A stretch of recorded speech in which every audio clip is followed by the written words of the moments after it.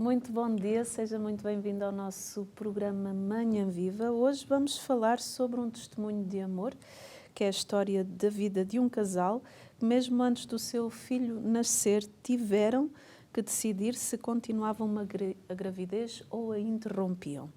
Esse bebê nasceu e chama-se Manuel, é o sétimo de quantos filhos?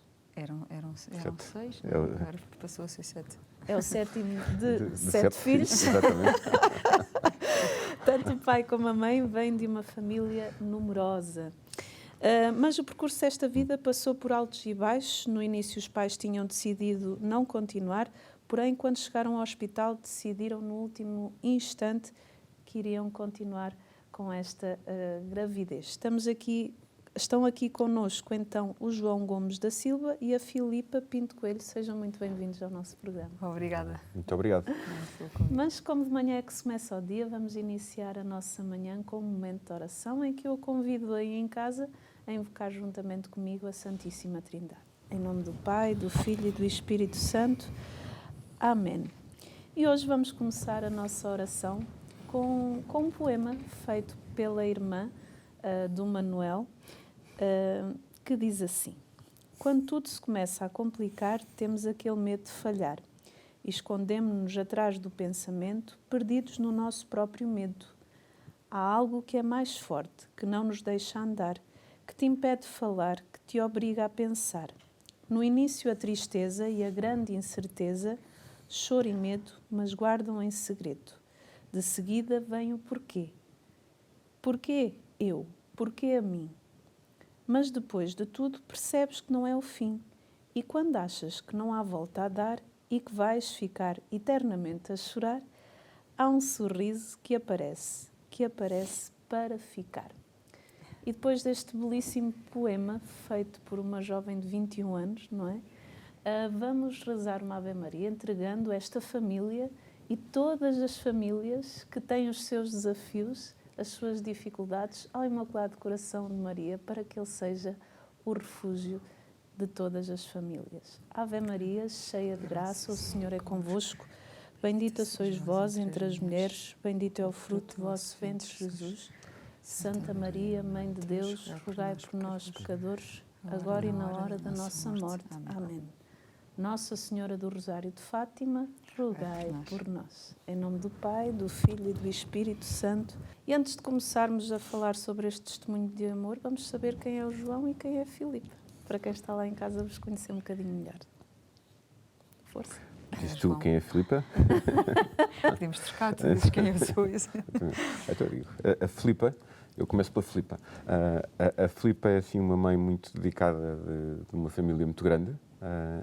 E é uma pessoa que, por força do nascimento do nosso filho há 7 anos, que no fundo foi um bocadinho o tema do livro que nos trouxe também aqui hoje, acabou por abandonar tudo aquilo que era o seu passado e o seu trabalho e a sua profissão para se dedicar a uma causa muito maior de procurar incluir todas as crianças que têm perturbações do desenvolvimento de qualquer natureza, e hoje isso é muito do que é a Filipa e do que ocupa a vida, para além, obviamente, da vida familiar que também tem. O João também é um pai super dedicado, é um ótimo marido, o melhor marido do mundo, que tem acompanhado dentro do seu desafio pessoal e profissional este projeto. É um projeto dos dois, o projeto de inclusão que o João falava, e que dá tudo, todos os dias, para o equilíbrio desta família, e é também um pai muito babado por todos os seus filhos e mais recentemente pelo nosso Manel, não é? Que ajuda a crescer também. Quando o Manuel estava para chegar à família, já tinham filhos. Quando partilham o vosso testemunho, curiosamente dizem que esta é a história de uma família e de uma comunidade. Expliquem-nos essa parte da comunidade, a próxima e a alargada. Sandra, é muito porque quando um bebê nasce e quando tudo está normal, quase que não há história. Ou seja, é verdade. As pessoas não dão por isso. Anunciam com alegria, esperam com alegria, veem as ecografias com alegria e tudo corre normalmente. Não é? Sim. E aí a família e a comunidade quase que se misturam. Quando não é assim, e no nosso caso com o Manuel não foi assim, há de repente ali uma grande separação, porque que é, ao mesmo tempo, há uma quebra grande, que é a notícia de que tudo não está a correr bem. E depois há uma espécie de separação com a comunidade, porque ao mesmo tempo é a comunidade que sempre nos acolhe. Por comunidade entende-se a nossa família maior, o nosso círculo social, o nosso círculo do trabalho, o nosso círculo de amigos, não é? Há um momento ali muito difícil de separação, que é a comunidade sem saber como é que há de lidar connosco, como é que nos há de ajudar e amparar naquela situação, e nós a reagir perante a comunidade, e como é que conseguimos também manter contacto sem haver um momento de afastamento. E, portanto, a história da comunidade é um bocadinho essa, que é aí contada. Qual o papel da comunidade próxima e alargada na vossa tomada de decisão? Eu penso que, e acho que eu disse e dissemos ao longo de todo esse caminho, esta decisão, mesmo que nós tentássemos procurar nessa comunidade alguma luz, a maior resposta que nós tivemos foi dentro de nós. Portanto, toda a gente a querer ajudar, não é? A querer dar a sua opinião, uns num sentido, outros noutro. Nós, obviamente, somos seres sociais e é muito importante que a nossa opinião seja um agregar de um conjunto de experiências e de mensagens que vamos ouvindo e assimilando, mas, no fundo, todas essas opiniões só serviram para nós termos a certeza e a consciência que a resposta tinha que estar dentro de nós, e foi daí que ela veio. Falem-nos da escolha inevitável que tiveram que fazer. É que queres dizer tu, eu tenho o lado romântico da escolha e tu também tens, portanto acho que é o mais bonito de contar.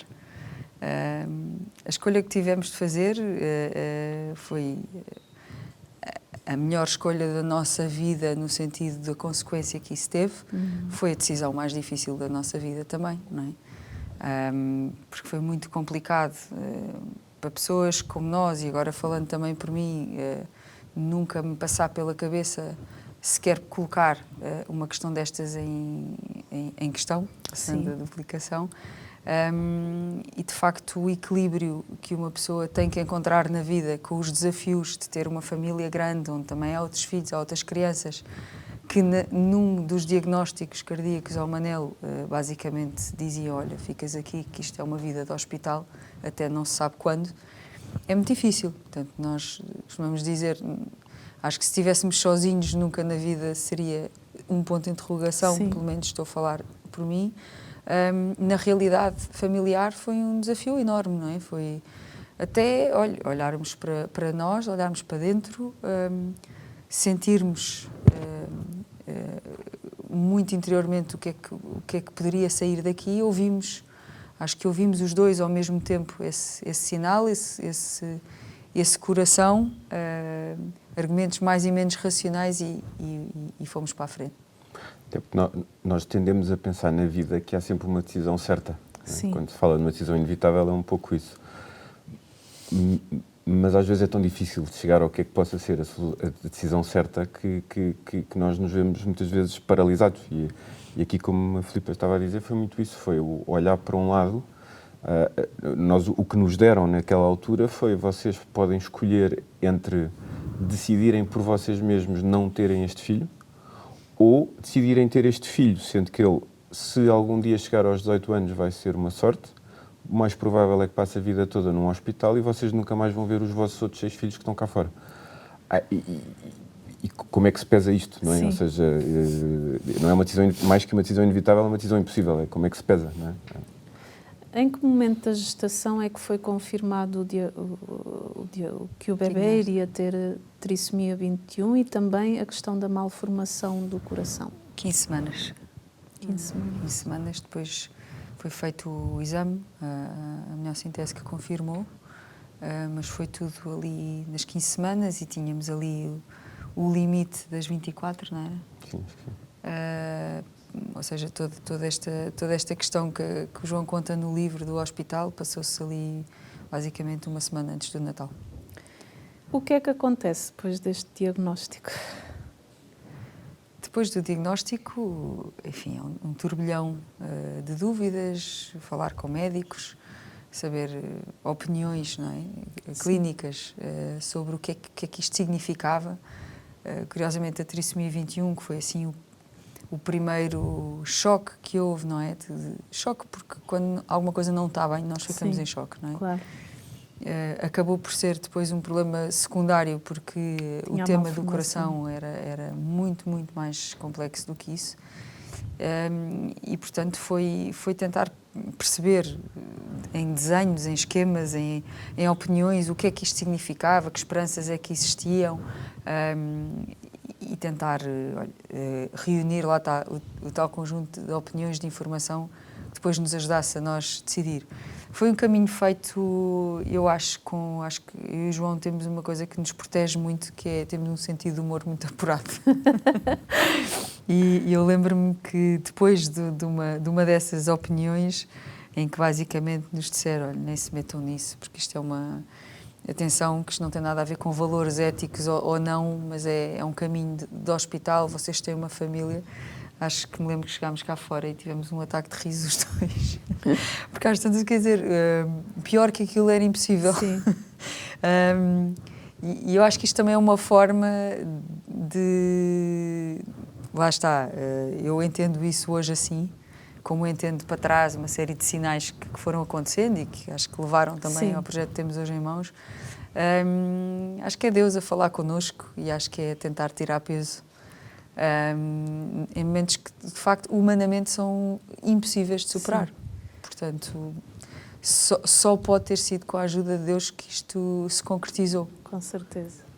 Porque o saber rir é um bocadinho uma forma de fé, é uma maneira de aceitar. Sim. E pensar, vamos não perder a cabeça, não é? Entrega, não é? Porque vamos entregar um pouco. E todos os desafios, Deus tira sempre um bem maior, não é? Eu acho que sim. Mas eu sou otimista. Às vezes tenho mais dificuldade em explicitar essa forma de ver, mas acho que sim. É a forma mais certa, mais fácil também, mais fácil de viver, acho que é por aí. Qual foi a vossa primeira decisão e em que momento é que vocês decidem não? Vamos voltar atrás. Sandra, isto foi lá está, como fomos falando, isto foi um caminho, não é? Ou seja, nós fomos indo de trambolhão em trambolhão, de má notícia em má notícia, até nos levar à tal sala do hospital onde supostamente íamos comunicar a nossa decisão de não avançar com a gravidez. O que é que nos fez mudar naquele instante? Fisicamente foi o corpo a falar primeiro, eu acho que foi um pouco os dois. Tivemos que sair dali daquele sítio, porque estávamos já na sala do hospital tudo, e olhámos um para o outro e dissemos, pedimos mesmo autorização, vamos só lá fora 10 minutos para respirar um bocadinho. E depois saímos só para conversar um pouco e eu não lhe sei muito bem dizer o que é que aconteceu naqueles 10 minutos, porque tivemos uma conversa razoavelmente parva, não foi uma conversa à volta de falta de tempo e não tínhamos tempo e agora íamos fazer como isto e... Uma conversa parva para a gravidade do momento que era. Foi uma conversa sem sentido, praticamente, mas em que acabámos os dois a olhar um nos olhos do outro e dissemos não. Vamos lá voltar e não. E chegámos lá acima com o ar mais tranquilo do mundo e dissemos agora não. E viemos embora. E qual foi a reação da equipa que estava lá? Era uma senhora, era uma médica, que eu acho que estava muito bem no papel dela. Eu até acho que aquela espera toda que houve na sala... até entrar, sabendo nós a unidade onde estávamos, que era de uma consulta de interrupção de gravidez, acho que nada daquilo é por acaso. E de facto, ela teve muito cuidado. Eu também fiz todas as perguntas, porque eu tenho uma versão um bocadinho diferente desta história. Eu sei que nós fomos lá e eu tinha aquela carta na mão que possibilitava essa interrupção. Eu sei que eu fui lá porque eu queria fazer perguntas e eu precisava de ouvir tudo. Precisava de perceber o que é que acontecia, que processo é que estávamos a falar. Estava numa luta brutal comigo mesma e tinha que ouvir. Tinha que ouvir objetivamente, acontece isto, vocês fazem isto, depois vão para casa. Pronto, e há esta saída, como o João diz, há esta conversa completamente tonta, há quase, olha... vamos lá acima, chegamos lá acima, nós dizemos então como é que isto acontece, ela diz, olha, toma agora este comprimido, depois vai para casa e depois volta cá, o João diz que não pode voltar porque estava com uma situação profissional super urgente. Eu disse, então se não podes voltar, obviamente não vimos, e as coisas resolveram-se. Dentro do poder de síntese que o João tem, que eu não tenho. Na verdade, a conclusão é exatamente a mesma. Naquela sala, o que se decidiu foi que não queríamos fazer nada naquele momento, mas houve depois ainda um elemento adicional, que foi eu chegar a casa e o João ir para o escritório. Eu chego a casa e lembro-me de, num dia de chuva, sentir um raio de sol na cara, e lembro-me desse calor quando estava na cabeceira da nossa mesa de jantar.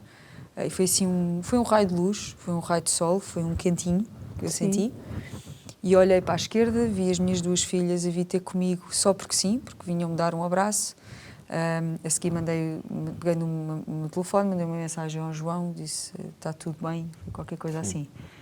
Passado uns anos vim a saber, num jantar de amigos, por coincidência, quando eu conto esta história, curiosamente eu não a tinha contado ao João, o João diz, olha, também senti esse raio à janela quando estava no escritório exatamente na mesma hora. Portanto, acho que está tudo dito. É verdade. Foi um sinal muito forte, porque é daqueles sinais que nós nos lembramos para o resto da vida, o segundo exato em que estávamos, como estávamos e tudo mais. E foi exatamente assim, como a Filipa disse, foi sentir à janela um raio de sol muito quente, num dia horrível, e de repente olhar e pensar, caramba, está tudo bem, não é assim, não há de ser assim tão mau. E nunca mais olhámos para trás, nunca mais. E, portanto, foi um Natal super feliz. Foi uma passagem de ano mais angustiante, porque nós não sabíamos para que ano é que nós estávamos a transitar, não é? Portanto, foi a dúvida, o medo do desconhecido, o que é que vai acontecer, mas foi um Natal muito santo, um Natal muito feliz, e nunca mais foi sequer uma questão, e damos graças a Deus por isso todos os dias. De que forma é que a vossa vida mudou radicalmente a partir desse dia? Em tudo, não é? Em tudo.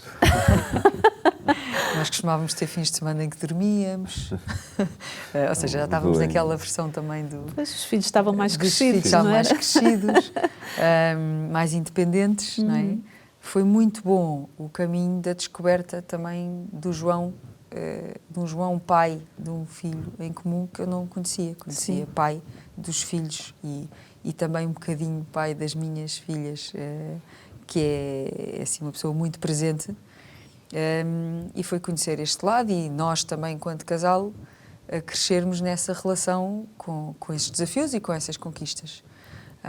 E foi no primeiro ano mais desafiante, porque houve mais um acidente no percurso, que foi um síndrome do West, que é algo ali no campo da epilepsia, com muitos sustos, com muitos túneis escuros, nós não sabemos o que é que vinha dali, foi horrível. É uma marca que lhe fica, ou seja, os sustos que nós passamos na gravidez, Sim. por nunca saber o que é que vinha a seguir, e sequer se ele ia nascer, nós nem sequer sabíamos se ele ia nascer com vida, não sabíamos se ia ter que ser operado na hora a seguir, fica para a vida, ou seja, até porque estes miúdos, por condição genética, têm alguma maior propensão para ficar, quando ficam doentes, para ficarem um bocadinho mais doentes do que a média. Sim. E por isso, sempre que ele fica constipado, eu, pelo menos, que não sou tão otimista como a Filipa, é sempre o que é que vem aí a seguir, ou sempre que ele... há um coração nas mãos. Sim. O coração fica mais nas mãos, digamos assim, do que com os outros filhos, e isso fica para a vida. Não é? Isso é uma transformação grande também. O que é que vocês ouviram após a vossa tomada de decisão? A reação da... Foi de alegria, foi de felicidade, se calhar alguns olhares um bocadinho preocupados, ou angustiados, não é? O que é que vinha aí? Mas tudo se transforma, não é? Mesmo a comunidade médica, tem graça que um dos médicos que nos aconselhou a não nos metermos nisto foi quem lhe salvou a vida, não é? Quem fez essa operação, a quem nós fomos agradecer também pelas suas mãos, não é? Sim. Que tinham conseguido operar ali um milagre, numa operação tão complexa como era aquela. Enfim, na nossa família, com os nossos filhos, foram momentos incríveis que nós nunca mais vamos esquecer. Não é? Temos vídeos deles a dizerem quão felizes estão por terem um anel nas nossas vidas. O cartaz, quando entramos em casa, vindos da maternidade, com as mãos deles às bonito. cores. Bem-vindo, Manel, não há explicação, não é? Sim. O que é que foi aquilo? Foi uma alegria incrível, foi uma felicidade incrível. Isto é um caminho de família, não é Sim. é um permanente caminho de família. Tudo bem que hoje somos mais nós chamados a esse desenvolvimento, porque estamos mais presentes, somos pais, eles portanto, crescem, têm Tem a as suas vida vidas, deles, não é? portanto somos nós, mas naquela fase fomos muito menos só nós, fomos todos, a força de cada um. Há uma diferença muito grande entre o antes da nossa decisão e o depois. O antes da nossa decisão foi uma confusão, porque era, como eu digo, era quase como se fosse, não era, mas era como se fosse quase um jogo entre o Benfica e o Sporting, entre o Benfica e o Porto, porque as pessoas davam mesmo a opinião. Sim. E aquilo oscilava muito entre o não vão ser tão egoístas que não vão ter este filho ou não vão ser tão egoístas que vão ter este filho. E, portanto, não havia ali Sim. muito espaço para meio caminho, embora muitas vezes com toda a amizade do mundo. Depois da nossa decisão, eu acho que a energia das boas decisões faz com que as pessoas depois venham atrás. A paz com que as pessoas, que também, obviamente, todas gostavam de nós, não é? Eu acho que a paz com que nos viram e a tranquilidade com que nos viram depois da decisão, por o mais medo que tivessem de nós termos tomado uma decisão errada, ficaram todas tranquilamente connosco, ao pé de nós e não sentimos mais nada. E a apoiar-nos, sim. Os nossos filhos sentimos sempre muita naturalidade, não é? O João tem aqui uma história muito bonita que até viveu em Fátima, quando nós estávamos aqui muito, muito angustiados. Queres contar? Um dos meus momentos de transformação para a chegada do Manel foi, curiosamente, aqui. Viemos cá uma vez à missa no dia 8 de dezembro. E, portanto, estava muita gente e estava a chover também. E eu lembro-me foi um momento de desconsolo, não é? No meio, estávamos praticamente a ter que tomar a decisão e eu, já muito adulto e muito crescido, comecei a chorar no meio da missa. Não é? E tinha a minha filha tinha 11 anos na altura, portanto era praticamente um bebê, ou tinha deixado de ser um bebê. E eu lembro-me dela olhar para mim, para cima, e de pura e simplesmente perguntar com o ar mais tranquilo do mundo: "Oh pai, está a chorar assim porque é o seu filho?" Como se me dissesse, como se ela estivesse a pôr ela própria na barriga e a dizer: "Qual é o teu problema? Porque é que estás a fazer um filme disto?" Não é? Eu lembro-me de olhar para ela e pensar... E esse silêncio aqui não é? Sob esta forma tão simples de dizer tanto, mas depois no silêncio dos nossos outros filhos, que eram o silêncio presente em paz, estamos aqui, está tudo bem, está sempre tudo bem. Sim. Atenção que podia ter havido ali algum ímpeto de alguém dizer alguma coisa, é normal, não é? São seis almas diferentes, com as idades suas cabeças, também, com as suas dúvidas, com as suas personalidades. Nunca sentimos mais nada que não fosse estamos convosco, estamos juntos. E isso foi algo que, por mais fortes que as famílias sejam, eu acho que é preciso viver situações assim que depois ainda mostram mais a força que existe numa família. As gravidezes não são fáceis. E depois, com uma notícia como essa, como é que decorreu a gravidez? Toda ela? Foi difícil, Sandra, foi muito difícil. Foi difícil, foi mais só. Foi mais só. Não havia tanto, dentro da nossa angústia, não havia tanto a alegria do telefonema, daqueles trimestres que são os seus trimestres de ouro, como sabemos, de ter a fase ótima da alegria. Não houve nada disso. houve um caminho muito difícil e eu depois no fim tive que estar, já nem me lembro a partir de quando, mas tive que estar muito tempo. Olha, foi quando eu descobri as séries de televisão, porque de facto não me podia, que maravilha, que me fizeram ali alguma companhia aliviar, mas foi difícil. Foi muito difícil, foi sempre a pensar, principalmente ali até à 35ª semana, se não me engano. O Manel nasceu com 38 semanas e às 35 semanas, e nós sabíamos, porque quando foi detectada aquela hipoplasia do ventrículo esquerdo, que é como se chama um lado do coração mais pequenino que o outro e que não deixa funcionar, o que a médica cardiologista na altura disse foi... o coração, não é? Portanto, imagine um coração de um bebê às 15 semanas. Que é pequenino. Que é possível a tecnologia já deixar de ser inacreditável. O coração cresce da alimentação através do sangue, não é? E, portanto, a partir do momento em que este ventrículo é mais pequenino e que não recebe tanto sangue, como é que ele vai crescer?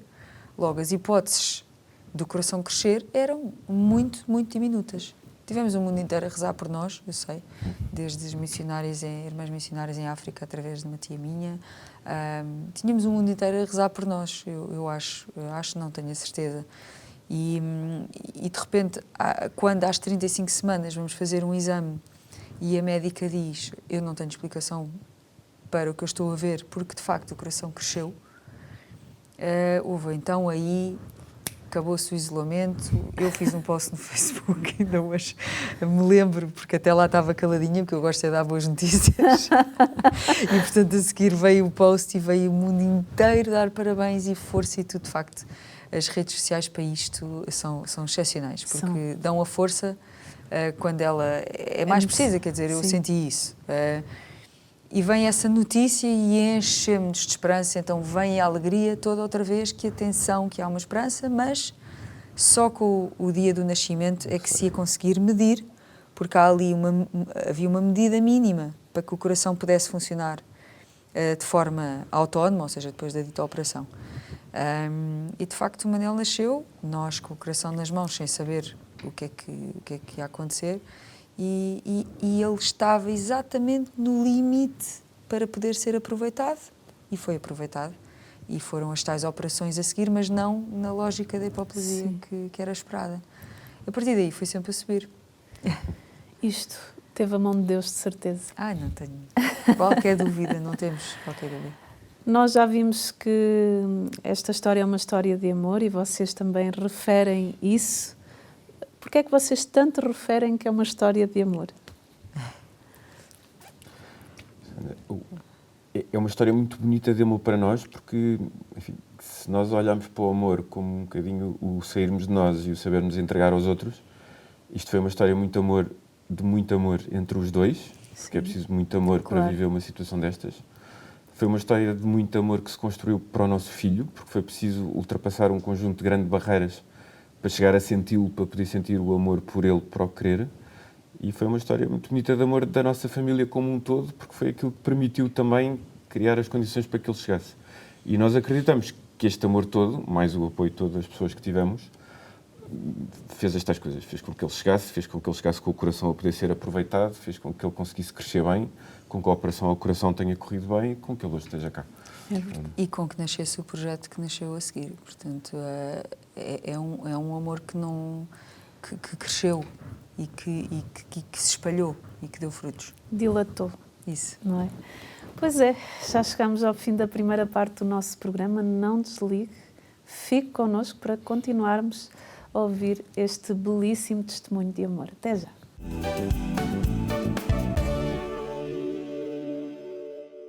E estamos na segunda parte do nosso programa Manhã Viva, assim que liga a televisão neste momento ou que está a ver-nos através da internet. Hoje estamos a falar sobre um testemunho de amor, uma família que tem, como já viu na primeira parte também, um testemunho belíssimo de amor que nos está aqui a transmitir. E temos aqui então o João e a Filipa que nos vieram falar sobre a sua história, que é belíssima. Qual foi a maior transformação nas vossas vidas? Se calhar acontece todos os dias. Eu penso que sim, acontece todos os dias. De uma forma muito evidente, a nossa transformação foi descobrir o Manel. Sim. Foi descobrir o olhar, o que vai para trás de um simples olhar, a paz que pode vir daí, quando as interrogações surgem e quando nós somos forçados a pensar que a forma como nós pensámos até hoje é aquela que está certa porque é a forma como nós pensámos até hoje, e de repente abre-se todo um mundo novo, não é? E portanto eu acho que a transformação que o Manel trouxe a nós individualmente, na relação, na entrega, no altruísmo que cresce, no sairmos de nós próprios e olharmos para aquela pessoa como ela é, acima de tudo, pensar e conseguir chegar o que é que nós vamos aprender com esta diferença e não o que é que ela não vai ser capaz de aprender connosco. Eu acho que, para mim, essa é a maior das transformações e é algo que depois, com o projeto que nasceu, se valida diariamente.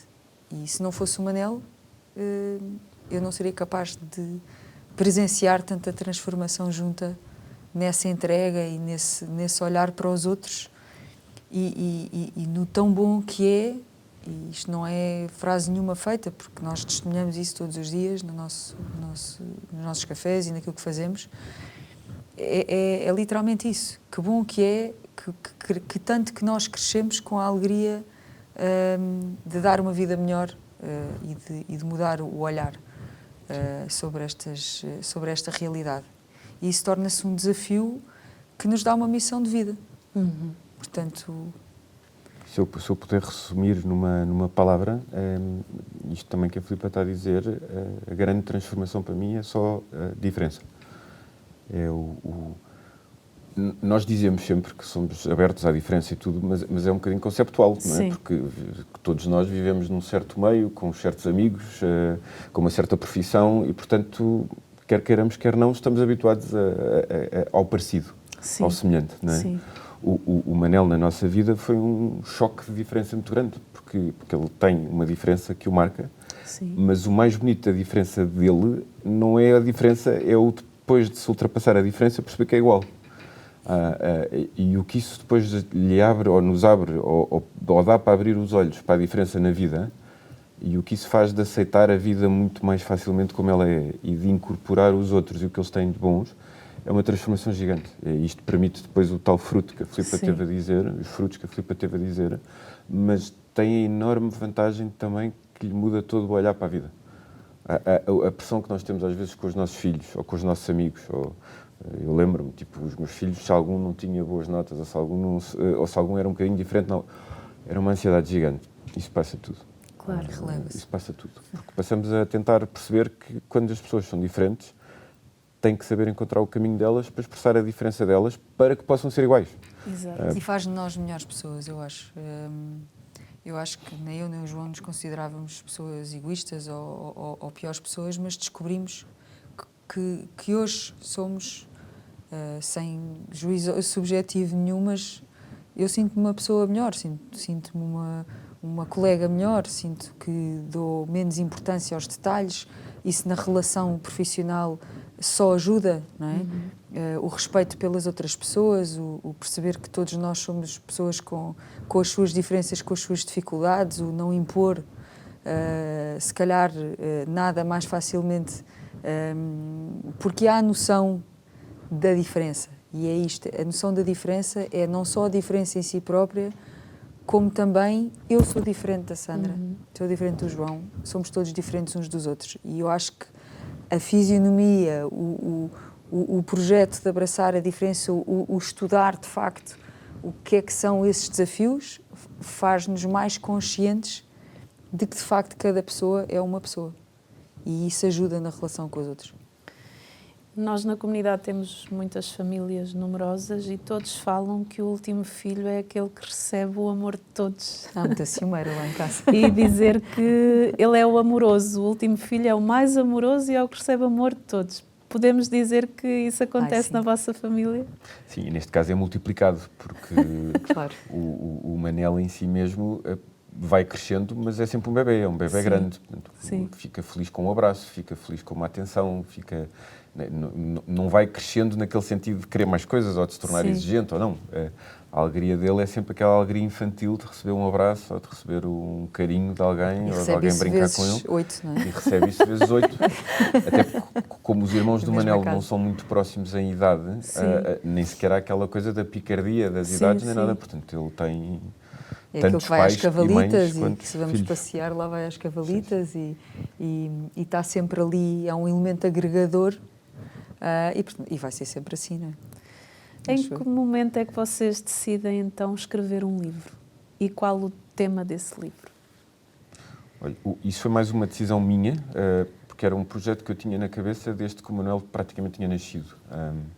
O porquê só 6 anos depois de ele ter nascido.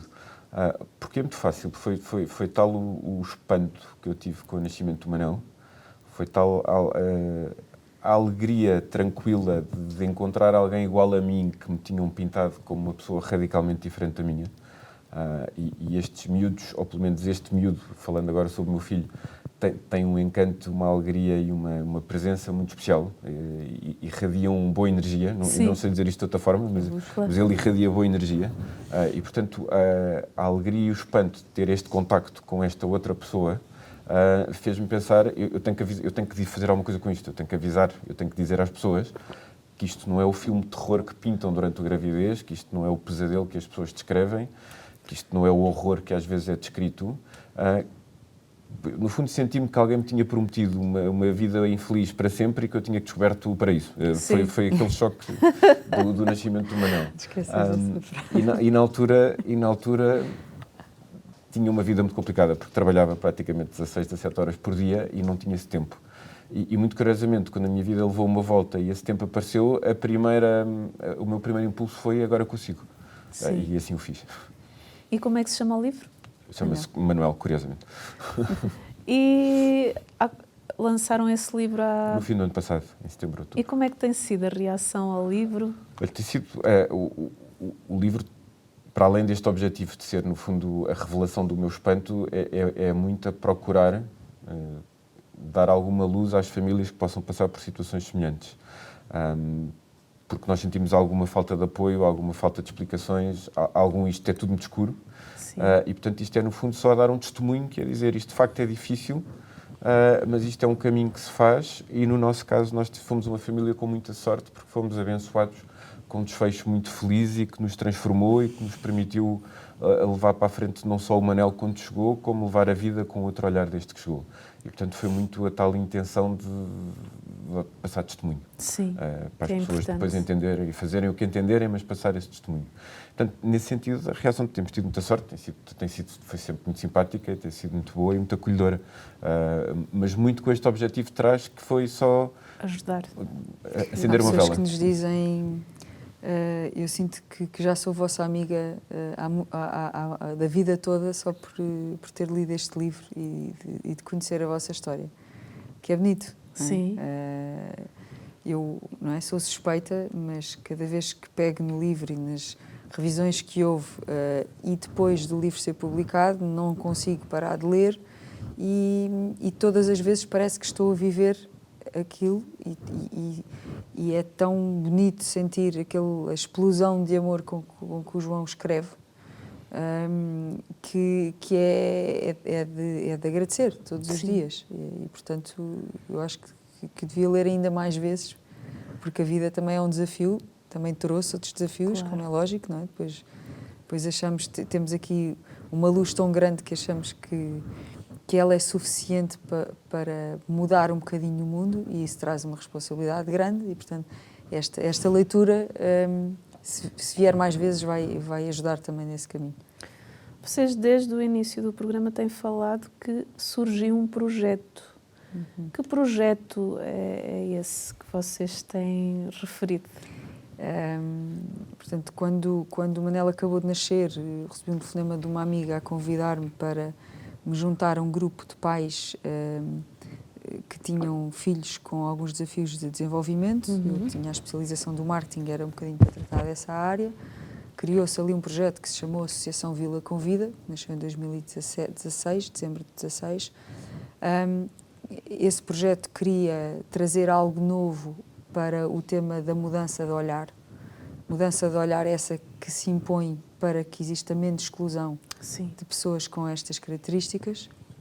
Houve um trabalho de campo, houve toda uma investigação de terreno que nos fez perceber que, de facto, havia aqui um tema de negligência enorme relativamente ao potencial que grande parte destas pessoas têm com trissomia 21, com autismo, para poder ter, depois da escola, um emprego, uma profissão válida e que gera produtividade nas empresas, e não existem, se calhar, respostas estruturadas inseridas na comunidade que permitissem a cada vez mais pessoas trocar de olhar com a diferença, perceber que é funcional, perceber que também nas nossas casas, nas nossas empresas, nas nossas escolas, podemos ter esta diferença agregada e, portanto, a Associação Vila Convida nasceu para juntar estes dois mundos, não é? O mundo dito do nosso cotidiano, não é? Onde não se vê pessoas com diferenças, e trazer a montanha a Maomé para que um dia a diferença faça parte de nós, ouvir paisagem, como temos dito. Com isto veio a possibilidade de representar uma marca que nasceu em França, que é o Café Joyeux, que é a primeira família de cafés-restaurantes solidários e inclusivos, que emprega para formar pessoas com dificuldade intelectual e dá à comunidade, lá está, a toda a sociedade, a possibilidade de conhecer naturalmente essa diferença. Portanto, são cafés-restaurantes que estão bem centralizados. Já existem 18 em todo o mundo, desses 18, 2 são em Portugal. Um em frente à Assembleia da República, Calçada da Estrela, número 26, onde servimos pequenos almoços, os brunches, os almoços, os lanches, num serviço que é feito com uma equipa inclusiva, da qual fazem parte jovens adultos com este perfil, Sim. que depois da escola ou imediatamente seguida alguma formação que possam ter tido, estão a ter um emprego, assinam o seu contrato de trabalho sem termo e no âmbito desse contrato de trabalho estão a ter a sua formação como colaboradores polivalentes no setor da restauração. Como o produto e o serviço são, queremos nós que seja sempre assim, muito bons, queremos que seja sempre qualificado como produto de serviço de excelência. Como eles dizem, nós servimos com o coração. Tudo isto tem trazido mais pessoas, porque vêm, se calhar, muitas sabendo o que é o projeto, outras não, mas depois voltam porque o serviço é bom e o produto é ótimo. Portanto, este é um modelo que está a crescer. Já empregamos 12 pessoas nos 2 cafés que temos abertos.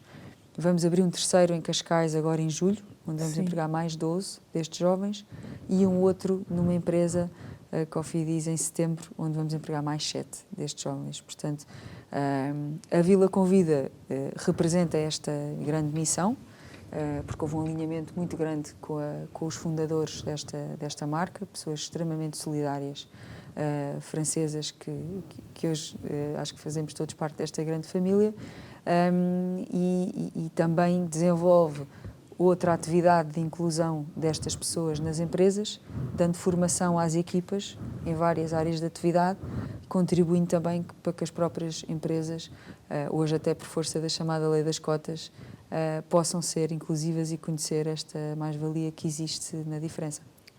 Isto são tudo frutos do vosso sim. É verdade. E como é que fica o coração ao ver os frutos deste sim à vida, deste sim ao amor, deste sim aos desafios que poderiam ver, que vocês nem sabiam o que é que ia acontecer? É muito recompensador, por um lado. Por outro lado, isto que a Filipa teve a dizer tem um lado ainda mais especialmente bonito, que é tem um fim muito bonito, que é a ideia última disto, obviamente, para além da inclusão, enfim, como a Filipa teve a dizer, é conseguir pegar em todas as pessoas que não teriam uma única oportunidade de ter um trabalho neste país, conseguir pegar nelas e conseguir pô-las a trabalhar e a ter trabalhos no meio das pessoas que de outra maneira nunca as conheceriam e nunca as contratariam. E por isso, como eu digo, esta finalidade é quase subversiva no bom sentido, que é ao permitir às pessoas que tenham contacto com a diferença, que elas próprias se transformem e que elas próprias possam gerar frutos para os seus trabalhos e para as suas famílias. E, portanto, nesse sentido, eu acho que é muito, muito, muito recompensador. Porque não é que isto seja quase uma cruzada, porque não é.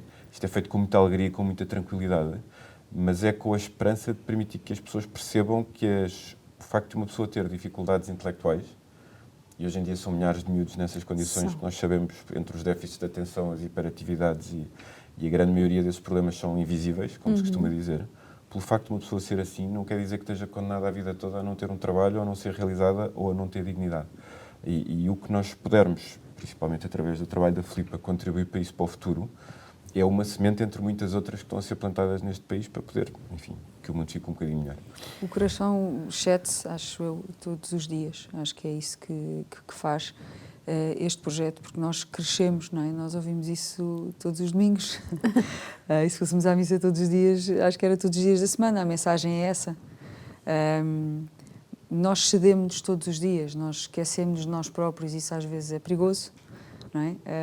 Mas esquecemos de nós próprios. Eu tenho uma amiga muito querida, que é a Vera Machás, que fez aqui umas ações connosco nos cafés, em que fazia uns workshops, e ela falava que quando entrava no Café Joaia se sentia dentro de um grande coração amarelo, e que era um coração que parece que se enche, quase balão, não é? E eu acho que a imagem é linda, e é isto, não é? É um coração, cada Café Joaia é um coração, é um balão cheio de amor, que é alimentado de alegria, alegria do mais genuíno que há, é tão puro tudo o que se vive ali, que depois os clientes se sentem também contagiados com esta pureza, com esta alegria, não numa ótica de solidariedade, mas de alegria própria, de estarem ali a sentir tudo aquilo. E portanto, isto, numa lógica de espírito empreendedor e do querer dar mais, tem este perigo, não é? Que é, nós somos forçados a crescer, ou seja, temos um modelo que funciona e, portanto, não podemos deixar-nos vencer ou pela preguiça, ou pelo cansaço, ou por algo que não seja a vontade de fazer acontecer.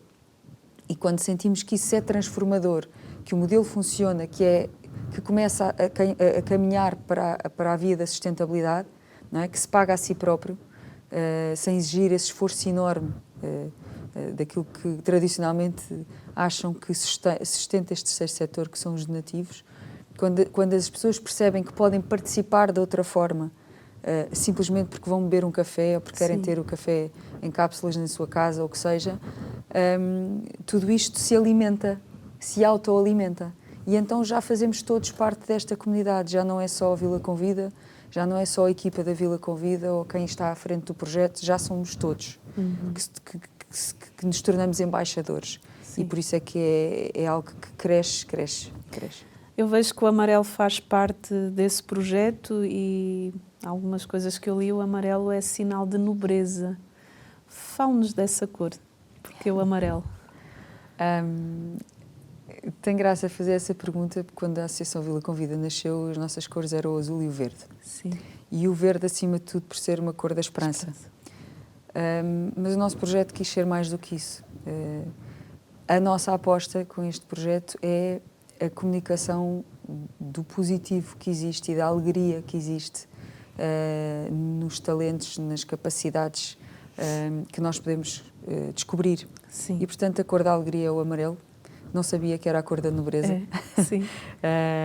Que bom, porque eu acho que a alegria está a ajudar a criar um projeto que, de facto, é nobre e ajuda a descobrir essa nobreza em cada um de nós e quase a convidar pessoas que, se calhar, acontece, se calhar há clientes que chegam até nós, ou convivas, que nós costumamos chamar, e que não sabem onde estão, nem percebem, porque simplesmente viram uma porta aberta, é um café-restaurante, eu entro e sento-me. E a seguir vem o nosso David e aborda este senhor e está a gostar do conceito, está a gostar do que está a comer, olha, sabe que aqui é tudo servido com o coração. E, quer dizer, isto é uma quebra, não é, de gelo, e é logo ali um tocar de maior proximidade que faz despoltar sentimentos diferentes, não é? Portanto, o amarelo é a cor da alegria, é a cor da luz. É esse raio de sol quentinho que nos toca. Eu acho que sim. Se nós hoje pintássemos esse quadro, esse raio de luz seria amarelo. Que bonito. Também soube, aqui pela nossa produção, que escreveram uma carta ao Santo Padre. Fala-nos dessa carta que foi escrita. Duas. Há duas? Depois habituei mal e por isso escrevi a segunda. Não, eu escrevi a primeira porque tenho uma tia que está próxima da comunidade que rodeia o Santo Padre, e houve uma altura que o meu irmão Bernardo estava com uma doença diagnosticada, que infelizmente o fez partir há um ano e qualquer coisa, o Bernardo, e pronto, e basicamente houve uma vez que eu fui à missa e vi, e houve uma história do Papa Francisco que ligou para a casa de uma senhora que ia interromper a gravidez a dizer: eu quero ser padrinho do seu filho, e isto tocou-me, espera aí, então se há esta facilidade, esta linha direta, então eu vou tentar a minha sorte. Então eu escrevi essa carta e veio um rosário abençoado pelo Santo Padre, que o Bernardo teve até aos últimos dias da sua vida e que hoje está com a minha mãe.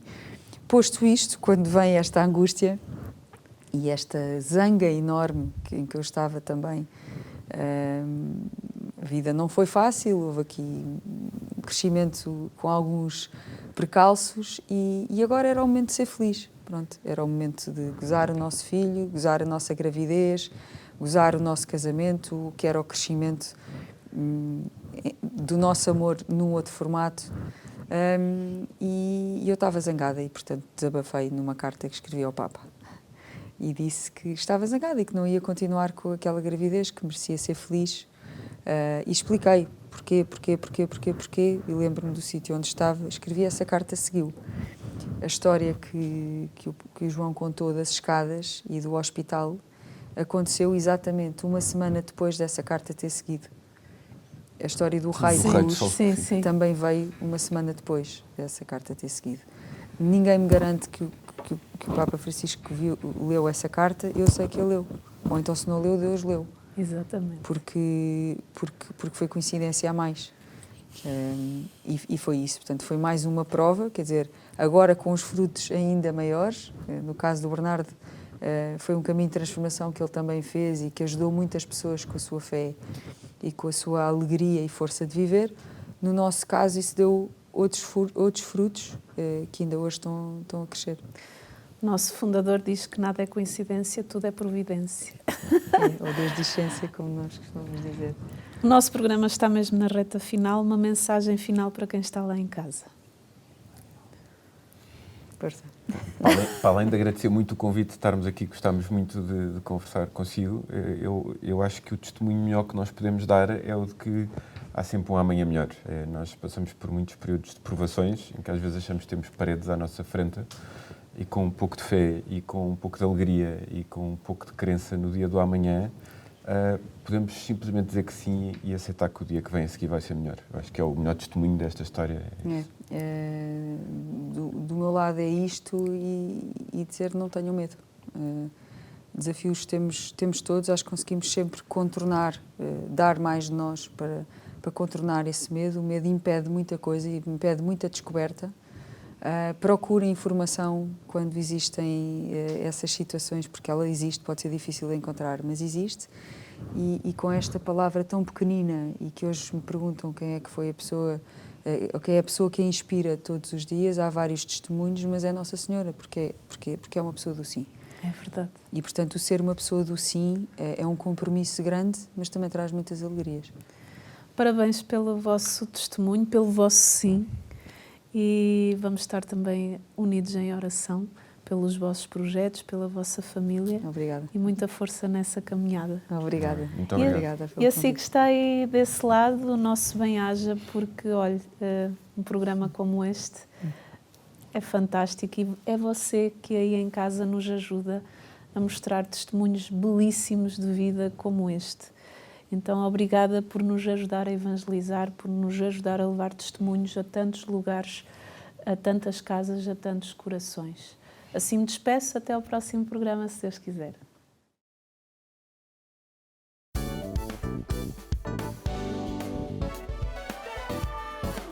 Se gostou deste programa, clique aqui na nossa playlist aqui em baixo para ver outros episódios. Se ainda não subscreveu o nosso canal do YouTube, faça-o já clicando neste botão aqui do lado e será logo o primeiro a saber todas as novidades.